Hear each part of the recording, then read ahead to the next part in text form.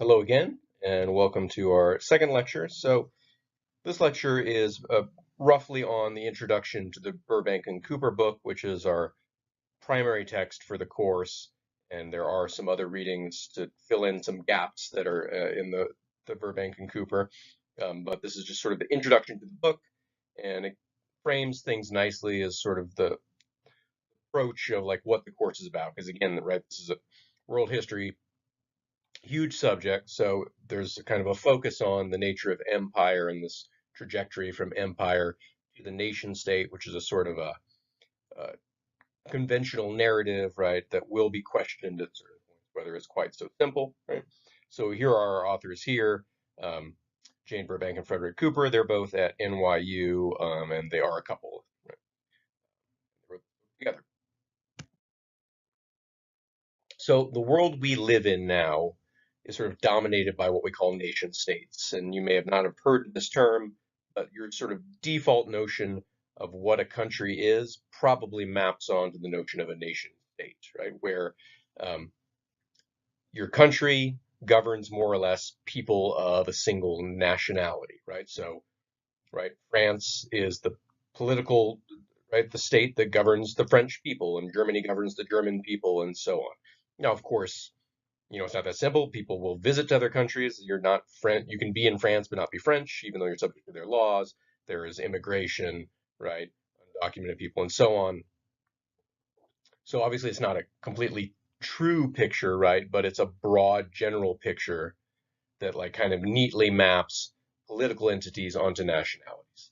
Um, so whether or not that's true, that's the picture, right, that we have of what a country is largely, and even that is a pretty new development. So for thousands of years before the last century or so, people lived on under various different sorts of arrangements. So call the political part state, right? Call the ethnic, cultural, historical bonds, whatever constitutes a nationality, call that a nation. Um, and yes, sometimes the state and the nation coincide rather neatly, right? But often we'll see throughout history attempts to make those to jam those two things together have been the cause of a lot of turmoil, right? So after World War One and World War Two, huge there were nation states, right? Germany, even at that time, you would consider a nation state, right? But at the end of this war, you have the big winners, right? England, Russia, and they're carving up all this territory, right? All these former colonies all over the world, and they're creating these new political entities, particularly right in Palestine in the Middle East, um, right where currently we have Israel and Palestine and two different nationalities, right, um, being jammed together and carved up in unnatural ways. Um, and so attempting to create a nation, right, create a nation state, uh, often is the source of like decades of conflict, right? In other instances, this sort of conflict has been avoided by forming what we call federations. We'll look at federations a little bit later, where um, you can have sort of distinct nationalities that sort of coexist and work together at some level politically, but it's not, they don't attempt to sort of merge into a single in quite the same way.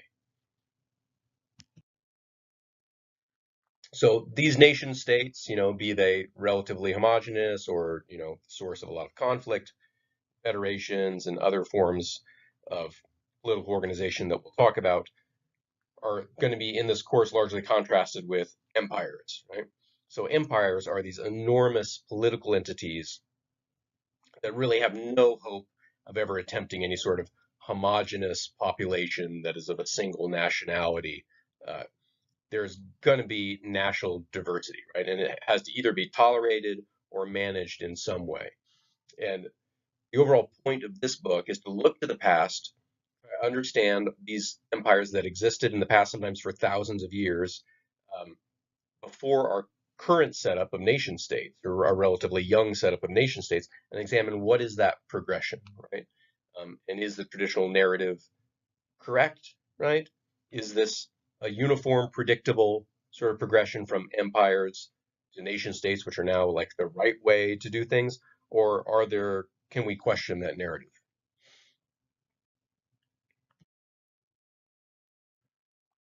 One thing to look at when we're talking about empires is this necessary diversity that exists, right? Because they're so huge, because they're swallowing up territory and other groups, ethnic nationalities, cultures, going to have a lot of diversity in a giant empire, right? And it's just a fact of empire, and it's not always a welcome one for people that are trying to govern a giant empire. Um, so we'll often see attempts to enforce some kind of uniformity, some kind of homogeneity, right, on their subjects, be that cultural, religious, economic. Um, but sort of the other side of that coin is empires are largely economic engines, right? For an empire to stay in business, there has to be profit being made. And so that's going to put a pressure on how much homogeneity you can enforce, right? When it's not profitable to do so, often empires will not attempt to do so. Um, and sometimes, right, allowing for diversity will be uh, the easiest way to a peaceful and prosperous empire.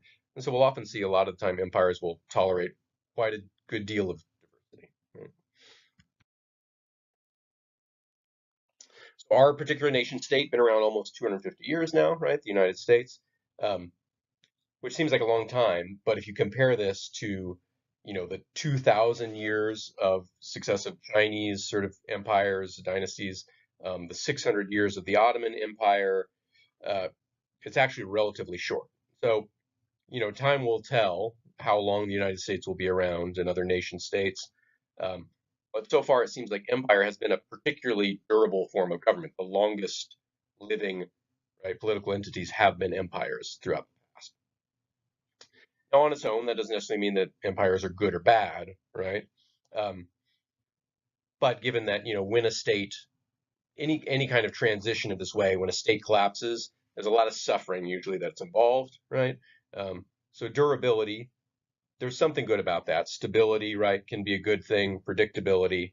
And so that alone makes it worth exploring what makes these empires so durable. And is there anything that we can learn, right, from these sorts of empires? So this little uh, GIF here is of the growth of the Roman Empire. These are the dates, right? So we're at 220 BCE, and it keeps going, keeps going, keeps expanding hundreds of years well into the AD, and then as the Eastern Roman Empire, the Byzantine Empire, exists well into like the 1400s, 1500s. So very durable form of government. One bit of terminology that's going to be introduced in this book is what they call an imperial repertoire. Right? So we're going to study a lot of different empires. Each one is going to be unique, and there's no single blueprint for constructing and running an empire. We'll notice themes, but really there are as many different strategies as there are empires. Some of them will repeat the same strategies of others. Sometimes they'll be different. Sometimes they'll be different over time in the same empire. So rather than talk about, I don't know, one sort of monolithic imperial strategy, it makes more sense to talk about little repertoires, like right, little routines that they can find themselves using in different times in different areas that in a certain situation will come to be useful and then may have to be abandoned when it becomes less useful. So what strategies are open to a given empire at a certain time are going to be restricted by the technology they have in that moment, by the geography they find themselves in, and also just by the uh, imagination that they have, the worldview that they're sort of stuck in that moment, be it religious or philosophical um, or some sort of social cultural. Uh, that can be as limiting as a mountain range, right? So we'll also see that these strategies can be surprisingly flexible, right? And we'll see them employed over and over, right, over thousands of years. I hope I'm going to pause to say, so far this course has been sort of very abstract, right? The things I've been talking about, and it is a very broad course. And often history is most fun when you can talk about the specific stories about particular actors. It can be easier to sort of grab onto. So I am going to try to sort of latch on to, the smaller, more specific, and the more relatable stuff.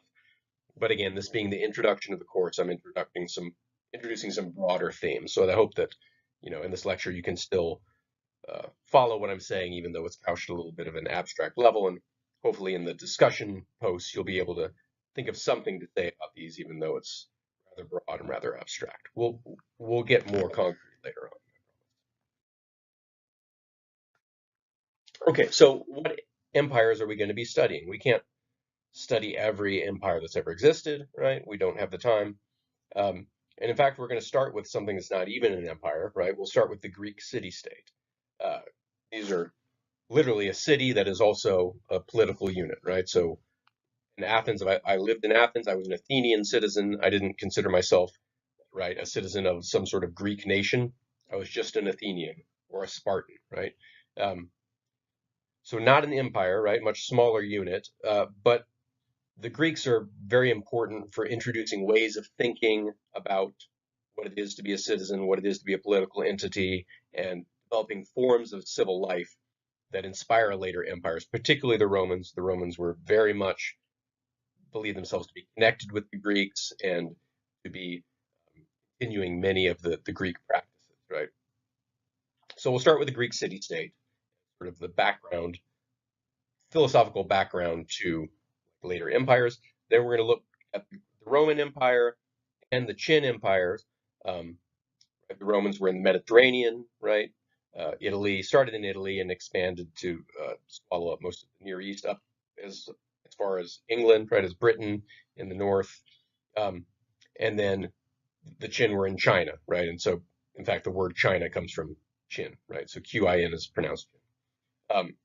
These empires, we'll talk about them at the same time because they existed about the same time, right? There wasn't a ton of interaction, uh, but they were both enormous, right? Both roughly con con contemporaneous, yeah. And so looking at the two together allows for interesting comparisons and contrasts because there were differences. Rome was like largely a seafaring, right? It was around a large sea, right? And so trade could happen by boat. Um, China was largely a big landmass.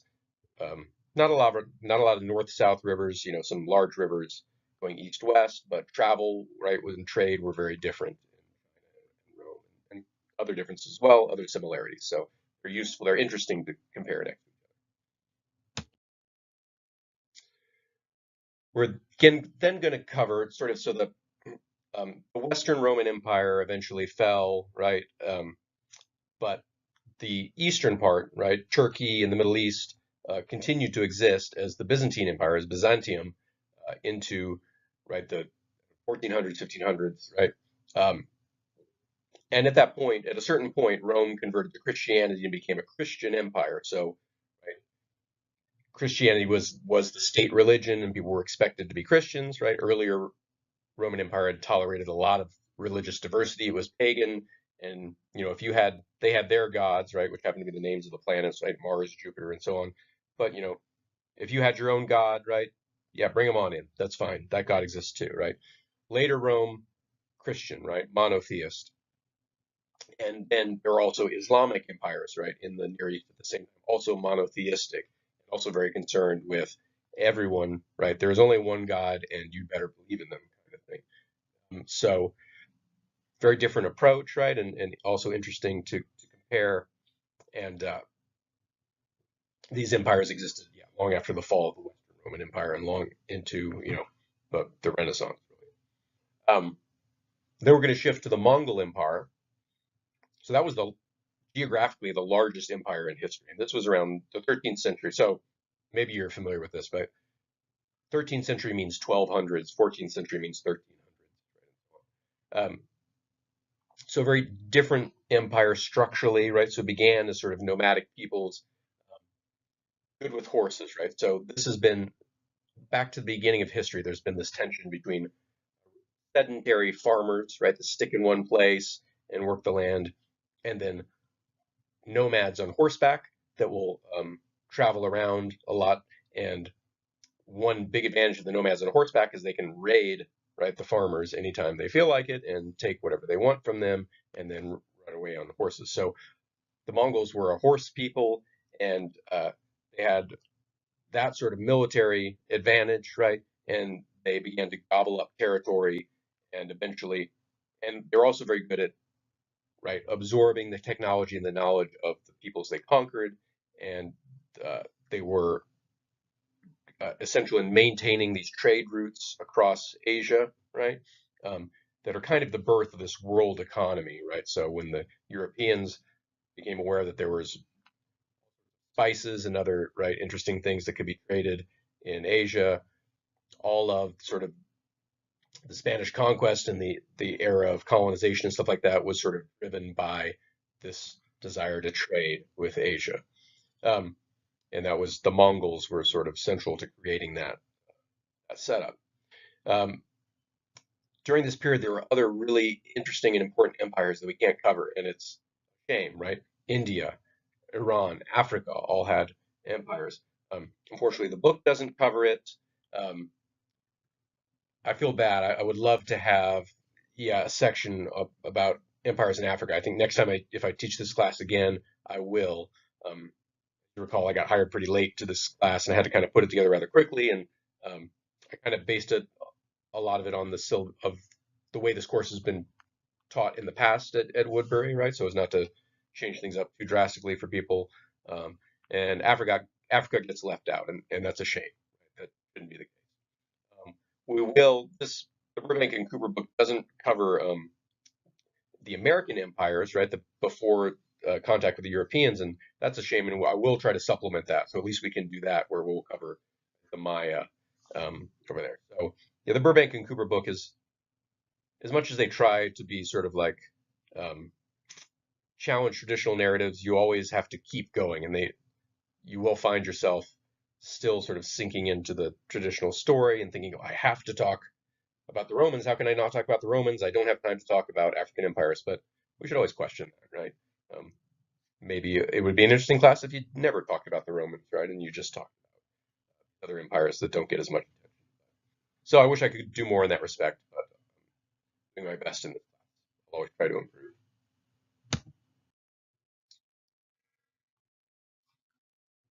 Okay, so I already sort of said this, right? But these trade routes through Asia that were um, sort of established, maintained by the Mongols, all of a sudden Europeans become aware of the benefits of trade with Asia, and this sparks this era of European exploration, colonization. So there's the beginnings of little empires developing in Britain and Spain, Portugal.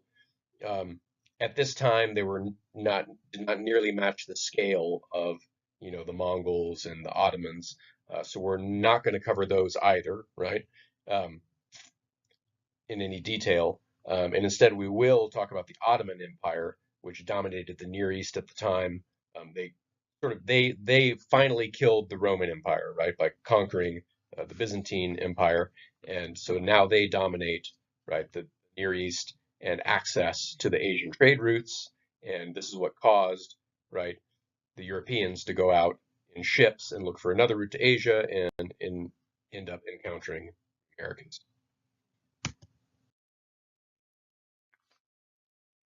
Now, before the Europeans made contact in the Americas, there were empires there. So we're going to cover the Maya.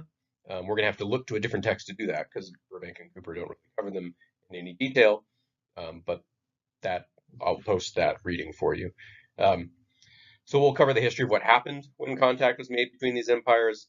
There are similar stories all over the world in this sort of age of colonization, and they are largely bad stories, right? Stories of murder, exploitation, heroic resistance, right, on the part of the people they're attempting to colonize, and also the beginning of questioning the morality of empire. If you asked a Roman, is it wrong to vanquish your enemies and take all their goods and murder them, they would say, no, that's what great people do, right? That's just what the powerful do. But the face of the Spanish and Portuguese colonization started the beginning of people questioning the morality of this sort of right. And finally, we're going to look at the end of the age of the empires, right? The political and philosophical theories surrounding this. We'll look at Adam Smith, some Marx um, that point towards this new political structure, the world of the nation state. So that is the broad overview of the course. Um, let's address couple definitions, right? So we've been talking about empires. We haven't tried to define it yet. Here's Burbank and Cooper's definition. Empires are large political units, expansionist, or with a memory of power extended over space, polities that maintain distinction and hierarchy as they incorporate new people. Let me unpack that a little bit. Um, so empire's got to be big to qualify as an empire, right? A large political unit. And the empire is the political unit is distinct from the nationality or the culture or anything like that. We're talking about the political state, right? So an empire is a kind of state. Expansionist. So it's the idea of an empire is it's taking over new territory. Now, later in their lives, right, empires will tend to shrink, right? So we want to say those are still empires, right? But this is why the authors say there's a memory of power extended over space. Right? An empire exists to take over land, and even when it's shrinking and it's on its way down, it's still got that in its DNA, sort of. So their polities, again, a polity is just a political organization. The main distinction and hierarchy as they incorporate new people. So as we said, unlike the nation state, there's no assumption that an empire is totally homogenous and everyone within the Roman Empire Roman considers themselves Roman. You're going to have different people. You conquer a country of different people, and often empires want to maintain that distinction. They want to say, "Hey, we are the Roman citizens. You are the conquered people that are in our empire, and we want to make a hierarchy there." Right. So often a hierarchy is attempted to be maintained. So that's unpacking that definition, right? So the empire contrasted with the nation state, which they define as a single people in a single territory constituting itself as a unique political community. So there's no talk about necessarily trying to expand, right? There's no talk about these hierarchies or distinctions, although definitely those can exist in nation states, right? But at least the concept of the nation state is as something much more homogenous. Yeah, part of this is rhetoric, right? No nation state is actually a single people. There's always some sort of hierarchy, right, and some sort of distinctions being made. Um, but the key idea, right, is empires is they expand and they the diversity just comes as part of the package, right? There's no way they can be homogenous or even pretend to be homogenous, and there has to be some sort of hierarchy there.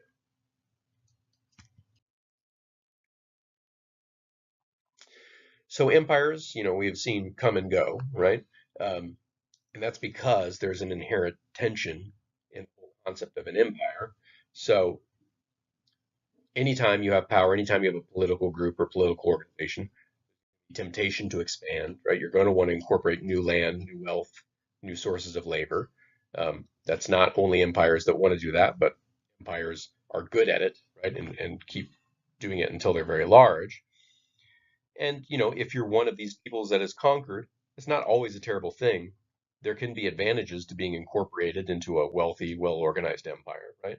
It can be business to be part of the Roman Empire, but there's also going to be people that don't want to be incorporated, right? So the fact that you have to expand to be an empire means that you're going to be expanding over people that don't want to be expanded onto, right? That don't want to be incorporated. Going to be all kinds of pockets and sources of resistance to the empire, right, that come along with that expansion. So any empire, as it expands, is always at risk of fragmenting, and some of those fragments may go on to become new empires, others will become nation states.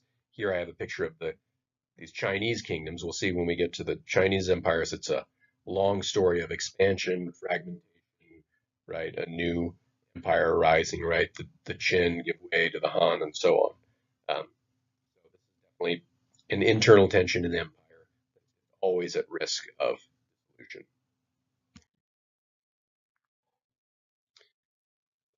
So we've talked a lot about empires and nation states, but those aren't the only kinds of states you can have, right? So tribes are probably the oldest sort of political organization, right? Here is a Californian tribe of Native Americans, a contemporary one. So the tribes still exist, and tribes have probably been around longer, at least as long as humans, maybe longer, right? Neanderthals may well have formed tribes, no, right? Um, Tribes can still be expansionist, right? They can still take war with other tribes, try to take over territory. They may impose certain hierarchies and divisions as well, right? On the basis of family, or there may be gender divisions or other kinds of status. So, in many ways, right, even a tribe is similar to an empire. Um, at the very least, the size difference. But the Mongol Empire probably began as a confederation of tribes, right? Um, and they grew into the largest empire in history, right? So, tribe, yeah, you can start with a tribe and become an empire, right? There's no essential difference in principle except for the size. City-states we mentioned, right? So the Greek, Athens, Sparta, these were city-states, a different sort of organization, a single city, right? They didn't consider themselves to be a member of any Greek nation. They considered themselves culturally Greek, right? But they were Athenians, period, right?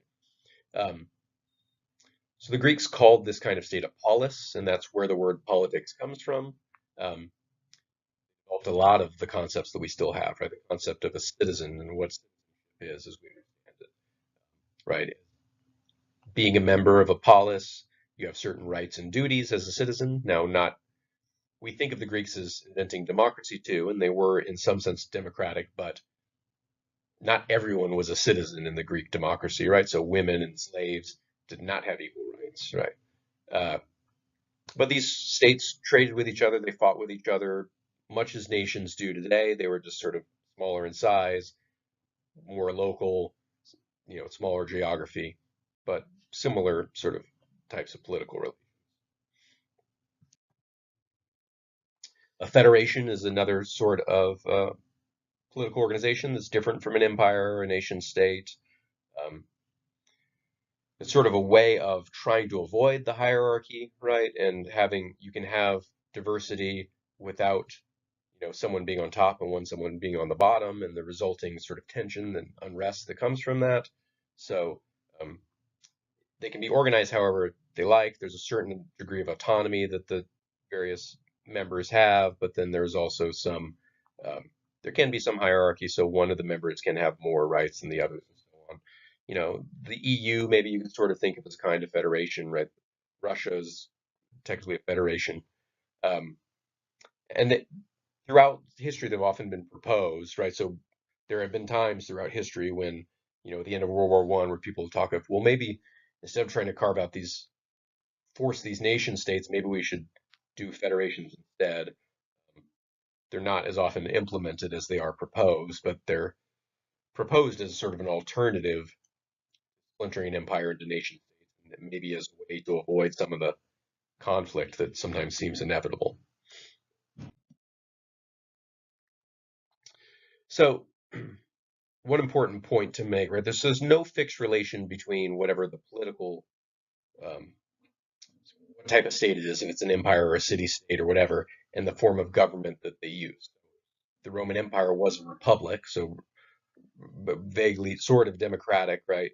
Um, you can have smaller non-empires that are very authoritarian, right? So just because it's a big empire doesn't mean that there's a little emperor that runs the whole show and that right dominates everyone's lives. No, it's not like you have these big, large tyrannical states with emperors that then progress towards the current smaller, mostly democratic nation states. Those things are independent. You can have a republican empire, you can have a autocratic nation state, right?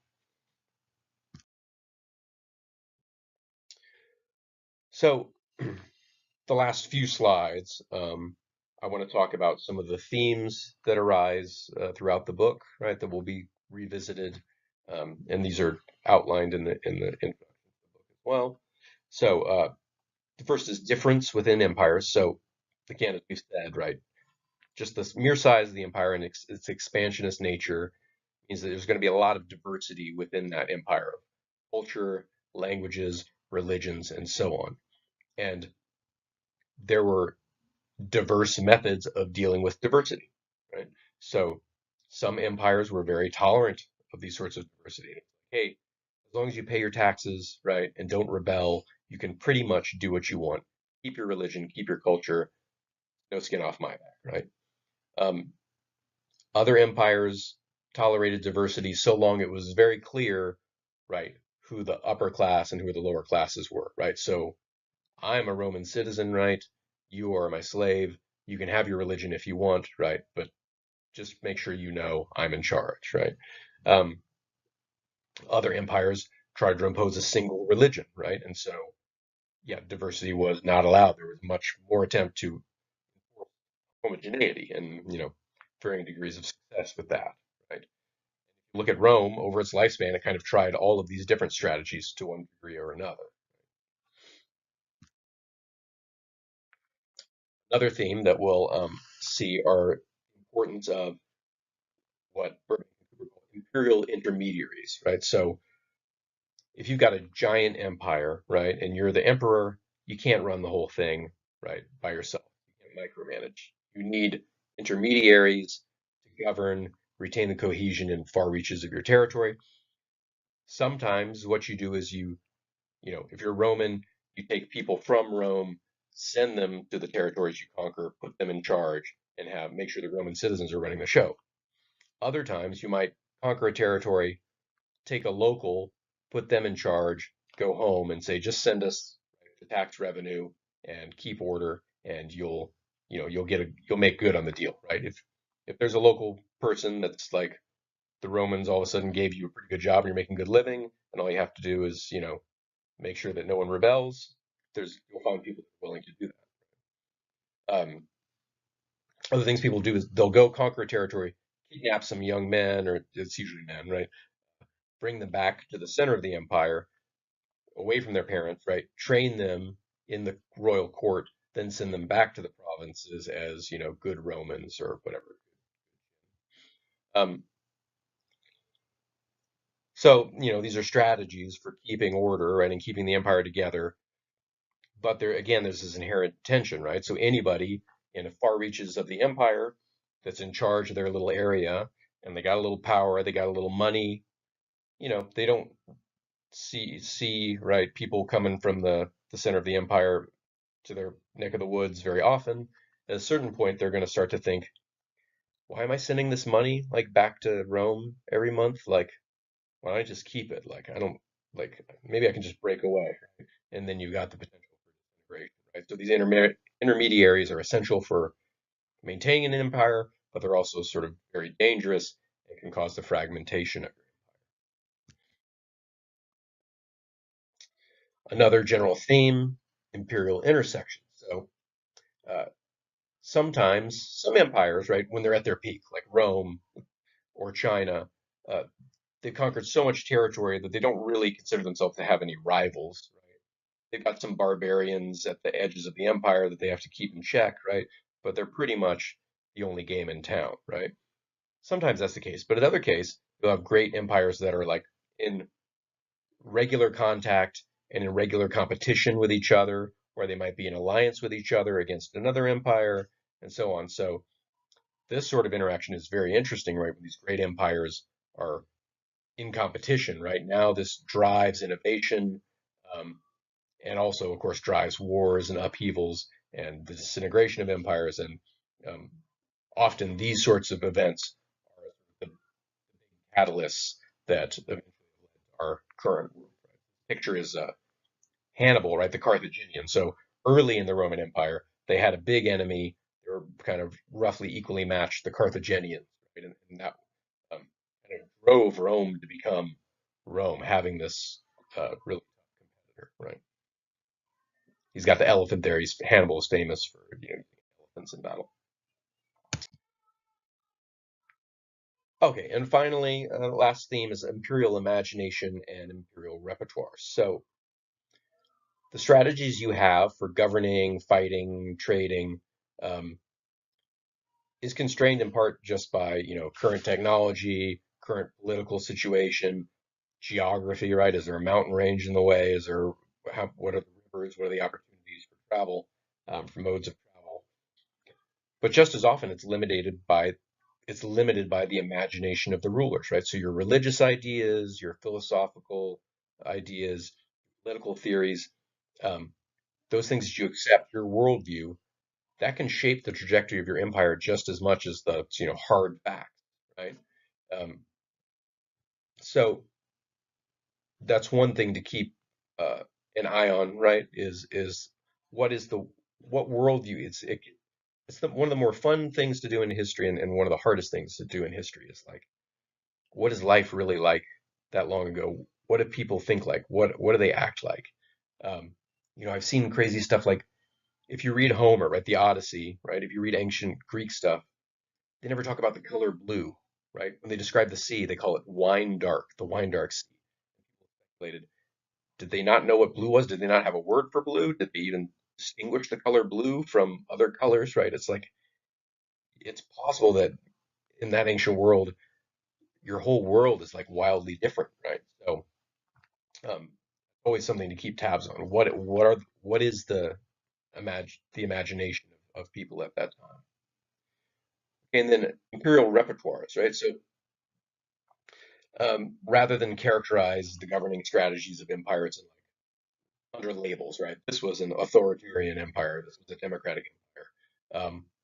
Instead, the text is going to employ this concept of repertoires of power, which is just much more sort of flexible and free-flowing strategies that are employed in different times, different regions, right? So, maybe in the city of Rome, right, it's a republic, but maybe in our reaches, they have to be a bit more authoritarian. Maybe for a short time, right, there has to be a dictator, and so on, right? So it's much. If you look at the details, it's going to be much more really appropriate to slap a label on any given empire. So the overall picture, much less rigid, much more flexible and diverse. I mean, we have these entities, the Dutch East India Company, right? This huge sort of sprawling company with immense money and power, right? That in many ways sort of looks like an empire, right? Even though it's not a political uh, entity in that way, right? But, again, or some people will talk about America as an empire, right? Even though we don't go around conquering countries anymore, but we do sort of intervene, right? And we often make sure that, there are people in power in other countries that are, interests align with ours, right? So is that empire just a different kind of empire, a different sort of repertoire? Possibly, right? So we'll talk about all these things. So uh, that's it for this lecture. Hopefully that's, uh, what are we at? 37 minutes. Hopefully that's a reasonably bite-sized sort of amount. Oh, you can rewatch these if you want.